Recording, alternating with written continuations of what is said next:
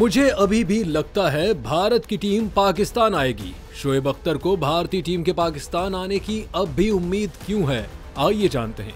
एक इंटरव्यू में कौमी टीम के साबिक फास्ट बॉलर और रावलपिंडी एक्सप्रेस के नाम से मशहूर शोएब अख्तर ने कहा कि दोनों ममालिक के दरमियान चैंपियंस ट्रॉफी को लेकर बैक चैनल मुज़ाकरात होंगे। हमें उम्मीद नहीं हारनी चाहिए, अलबत्ता हल का इंतजार करना होगा। उनका कहना था कि पाक भारत टीमों की आमद वाकई हुकूमतों के हाथ में है।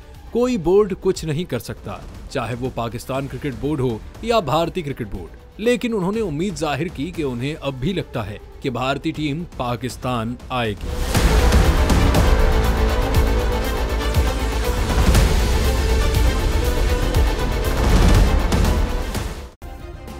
सब्सक्राइब करें और बेल दबाएं ताकि कोई खबर रह न जाए।